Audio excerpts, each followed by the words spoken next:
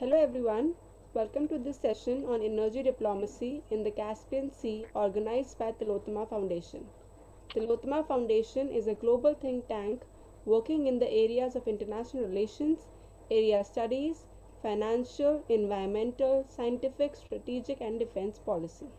Tillotoma Foundation has a significant focus on Central Asia and West Asia. I am pleased to present our speaker, Dr. Omid Shokri, one of the leading analysts of energy security and energy diplomacy. He is the author of the book US Energy Diplomacy in the Caspian Sea Basin, Changing Trends since 2001. He will speak to us today on energy diplomacy in the Caspian Sea region. He joins us from Washington, D.C. Thank you, Dr. Shokri, for being here today to speak on this very important topic. Over to you, Dr. Shokri.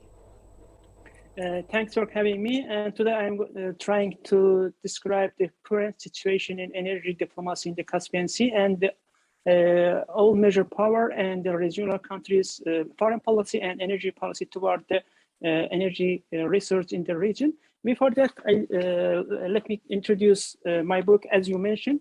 It was as a part of my PhD thesis about U.S. energy diplomacy in Caspian Sea during George Bush and Obama administration. And after graduation, I added Trump Caspian diplomacy and also Biden Caspian diplomacy.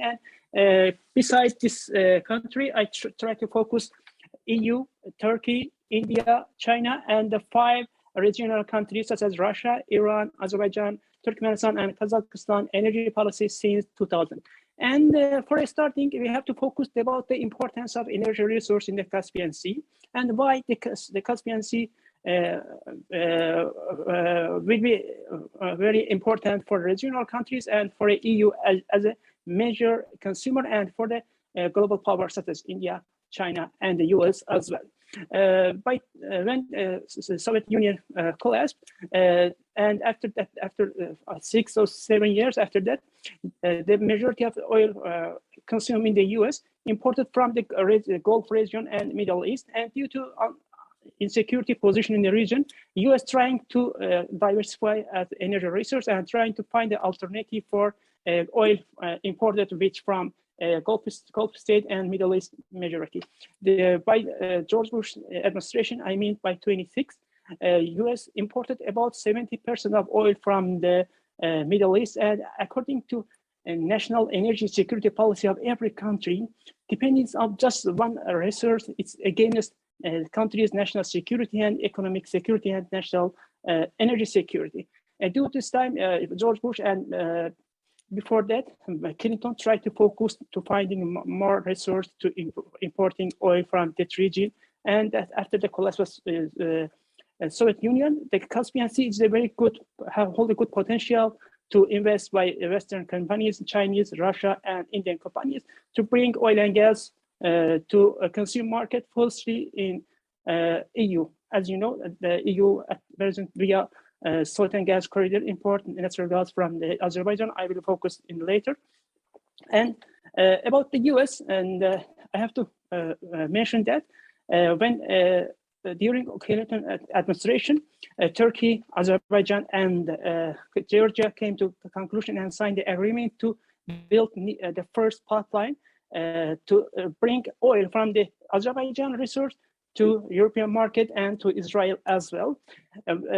The major priority for the US was bring all hydrocarbon, I mean natural gas and oil from the Caspian without using Russia energy infrastructure, Russia territory, and Russia influence.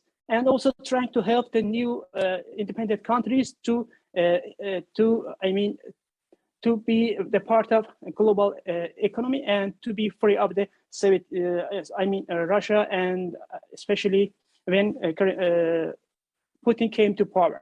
Due to this priority for the US administration, especially Bill Clinton, and after that, George W. Bush, and as well Biden, Obama, Trump, and Biden tried to follow the same policy, but the priority for Obama, Trump, and Biden was very different from the George Bush and from the Bill Clinton, and I will focus right during Obama administration that the U.S. lost its interest in Central Asia and Caspian Sea. As you know, during the Gulf War and the U.S. attack in the Iraq and Afghanistan, U.S. used some military bases in the Central Asia to send the military weapons and the troops to its troops in the Afghanistan and also in the Iraq. And after, when Obama came to power, and after by 29, I think, after the shale gas revolution, U.S. will be self-sufficient in energy, I mean, and oil and gas. And due to shale gas revolution, the U.S. tried to focus its own energy resource to be self-efficient and to be a major player. I mean, both consumer and also exporting oil and gas, and trying to use as an energy export to boost its relation with the neighbors and its allies. I think you are, as an Indian, and know that 2 weeks ago, India and energy company from the US signed a long-term agreement to exporting LNG to India, and also US and India also has some agreement of nuclear energy, and also US trying to support India to be more diversified energy research. We focused later. And during Obama administration and after shale gas revolution, US lost its interest in the Central Asia firstly and in the Caspian Sea, but also tried to politically support energy projects such as the Southern Gas Corridor TAP project to bring energy from Azerbaijan, and the second phase is from the Turkmenistan and also Kazakhstan to reduce Russian monopoly in European gas market and try to help EU as a US major ally. During that time also, we have to focus the energy policy and foreign policy of Russia as a major player in the Central Asia, Caucasia, and Caspian Sea, Iran, Azerbaijan, Turkmenistan, and Kazakhstan as well. For Turkmenistan first priority to exporting natural gas to China as a first and major gas consumer. And also at least 20 years ago, Turkmenistan and EU signed an agreement to export natural gas via Trans-Caspian pipeline project. But due to some political problem and due to Russia pressure on the Turkmenistan and EU's unwillingness, I mean, that EU just politically supported construction of this project. But major issue was the legal status of Caspian Sea, and also the financial resource in every project, and also I mean oil and gas, natural gas pipeline project. We have to focus to finding reliable financial research that for a construction of Trans-Caspian pipeline at the present, and I mean from 2 decades ago, there is no company or country which try to supply financial research to construction this pipeline. And also the opposition of Iran and Russia faced the EU and Turkmenistan to delay the construction of this project, and it is not seems that during the next decade this pipeline will be constructed. At Kazakhstan, a major focus on oil and from some major oil fields such as Kashagan and Tingri, and trying to more invest in this field and trying to more procedure just oil and export from the regional country and from the EU, and trying to use Azerbaijan infrastructure to use oil and in this long-term gas from Azerbaijan infrastructure to European market, and first in the Turkey and second in the European market as a measure target for Kazakhstan. The Iran, you know, as I'm originally from Iran, Iran hold the second natural gas reserve in the world and also hold the first oil reserve in the world. But after the revolution, I mean 42 years ago, during many sanctions imposed by UN, US, and EU due to Iran missile program, Iran nuclear program, and Iran foreign policy, and Iran supporting proxy group in Lebanon, Iraq, Syria, Yemen, and other countries. And also, as you know, at the present, the seventh round of negotiation will be held by end of November, and Iranian people interested and expected from the new administration, Ayman Raisi, to sign a new deal with the US to lift the sanction. Iran oil and gas industry, according to Javad Ozi, Minister of Oil, needs at least $160 billion investment. Iran's own financial capability and own technology is not enough to supply any technology required in Iran oil and gas sector. And the last month, Iran Ministry of Oil said during the coming months, and especially in the winter, Iran will be faced with shortage of daily 200 million cubic meter in natural gas.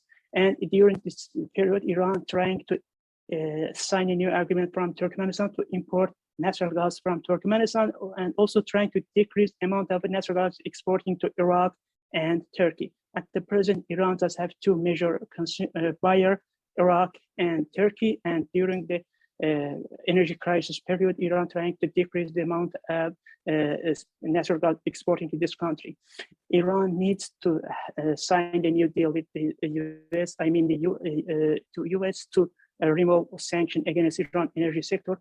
If the sanction continue during the last, the decades ahead, Iran will be net importer of natural gas firstly, and if condition is not changed, Iran will be importer of oil. You know, Iran holds the second natural gas reserve in the world and fourth oil in the world. But due to lack of financial capability and technology, Iran is unable to produce more natural gas and oil. And according to statistics that released last month by Iranian Ministry of Oil, the statistics shows that Iran needs huge investment. Without such investment, Iran will not be able to play an important role in regional energy market, in global energy market, and the most important in supplying domestic demand.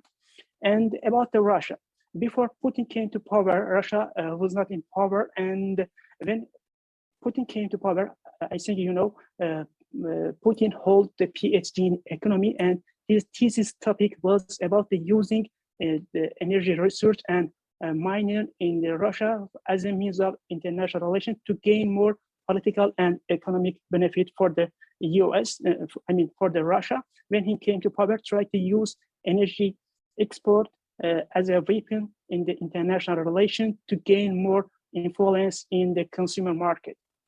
As you know, during the 2008 and 2009, many times Russia used energy exporting, energy cut to influence in the EU domestic and foreign policy. And we can see during coming months and huge energy crisis in the EU, majority in the Germany and England. At present, gas price increase, I think 4 or 5 times during, in contrast with last summer, and all European countries, due to shortage of natural gas procedure in the Norway and shortage of LNG from the Qatar, and also shortage of gas imported from the Russia, trying to focus more on using coal and also using more fossil fuel. Last week we have a new meeting, COP26 on climate change in Glasgow, Scotland, and all countries trying to introduce our climate plan. And as you know, India also introduced its plan for reducing greenhouse gas emission and trying to reach net zero carbon by, I think, 2060. Please correct me if I'm wrong. I think, yeah, by 2060. During that time, but all countries trying to use more fossil fuel to overcome energy crisis because we have no more supplier. Russia will not able to, at the same time, supply more natural gas for the EU and also for the China as a major consumer. I think we focused for the 5 countries, and also we can focus on India, China, and Turkey. Due to Turkey's common religion and economic ethnic root with Azerbaijan, Turkey playing an important role in Azerbaijan national security, Azerbaijan foreign policy, and Azerbaijan energy security. And Turkey is a major buyer of natural gas from the Azerbaijan, and energy play a key role in bilateral relation. And during coming years, also Azerbaijan will play important role in Turkey energy policy. Turkey trying to use its common ethnic and religion with Turkmenistan, Kazakhstan, and Azerbaijan, and also trying to use Turkey private companies to more invest in their country's infrastructure and majority in construction, and also trying to have some military agreement with Azerbaijan and trying to export the military to this country as well, trying to boost influence in this country to get more economic and political benefit. About the EU as an trying to reduce its dependency of Russia as a major energy procedure for this country and supplier.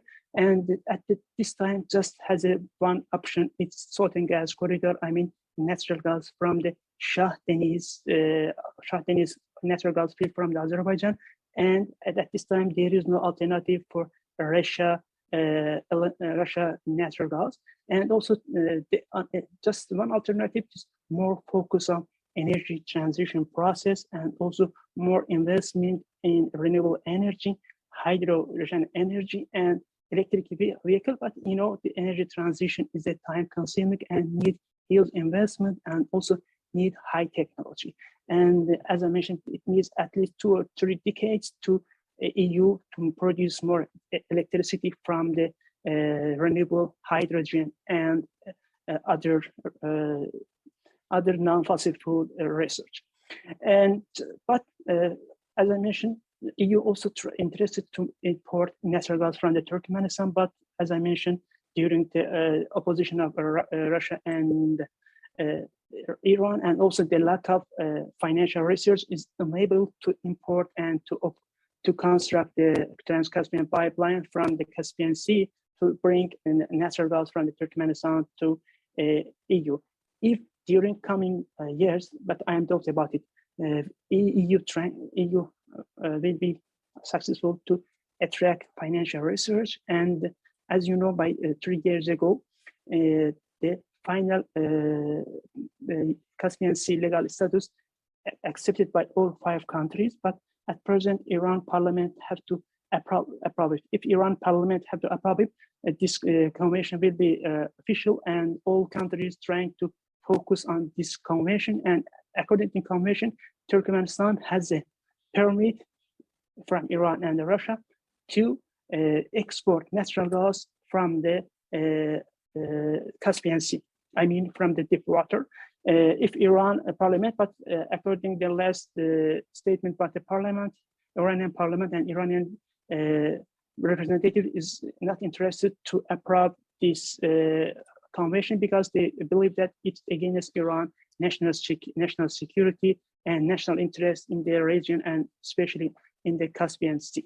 And EU just we've been interested in more investment in Shah Deniz new phases, I mean source phases, because at the present import from second phases.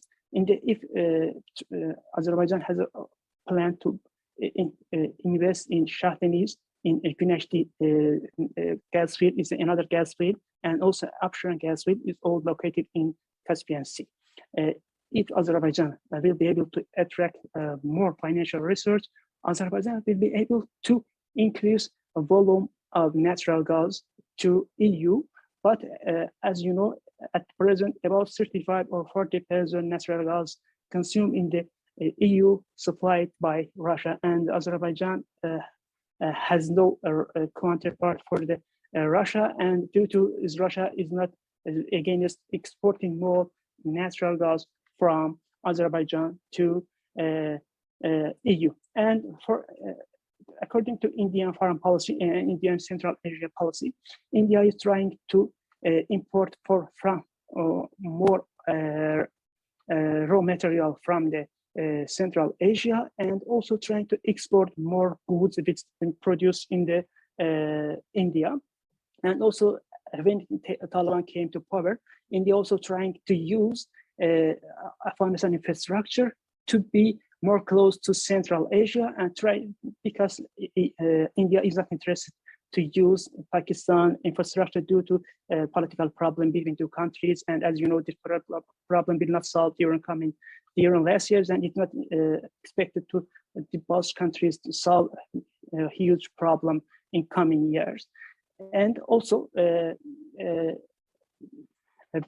I think 3 or 4 years ago, Afghanistan, Pakistan, and India with Turkmenistan signed agreement to bring natural gas from Turkmenistan via Afghanistan and Pakistan to India as a final destination for this pipeline.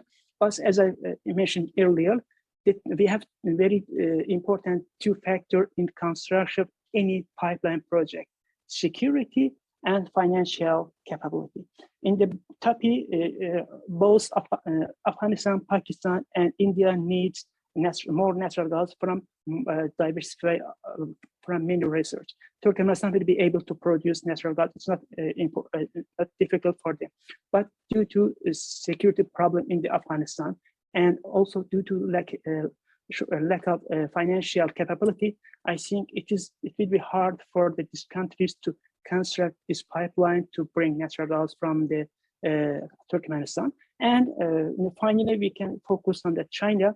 As you know, by 2013, China president declared a One Road, One Belt project. In this project, Central Asia and Caspian Sea region will play an important role. And China also trying to use debt diplomacy to invest to poor countries. And when poor countries were not able to pay back China's money, I mean China's debt, China trying to control infrastructure of this country. I mean, we can see some example in the Africa as a Kenya, in the Asia as a Nepal and Sri Lanka. When this country will not able to pay back China's debt, China controlled infrastructure of this country for 99 years. China following the same policy in some Central Asia, I mean Kyrgyzstan and Kazakhstan. In the Central Asia, in the Caspian Sea, China just trying to have economic influence and trying to use investment to influence this country's foreign policy. And also by 4 decades ago, during new policy adopted by China Communist Party, it's called Going Oil. China promote investing in energy, I mean oil and gas field in the region in the Central Asia, Caspian Sea, in the Middle East, to secure its energy infrastructure and to secure energy resource and energy road. And into this policy, China will be continue investing in this region, but at the same time, Russia is very concerned about the China influence in the region. But China's major priority investing in these countries, and Russian major priority is just security. And I think for an introduction, it's enough, and we can continue with another topic or any question. Thank you, Dr. Shokri, for this insightful presentation on energy diplomacy in the Caspian Sea region. It was great to hear your analysis of this very relevant and important topic that has sub-regional, regional, and global implications. By the way, India has actually set 2070 as the target year for achieving net zero. I think non-conventional and renewable resources of energy will be extremely crucial in the coming years, and we should place greater emphasis on these. You have provided both historical analysis and as well as contemporary analysis and perspectives in your own well-crafted way. You have also made several relevant observations about India.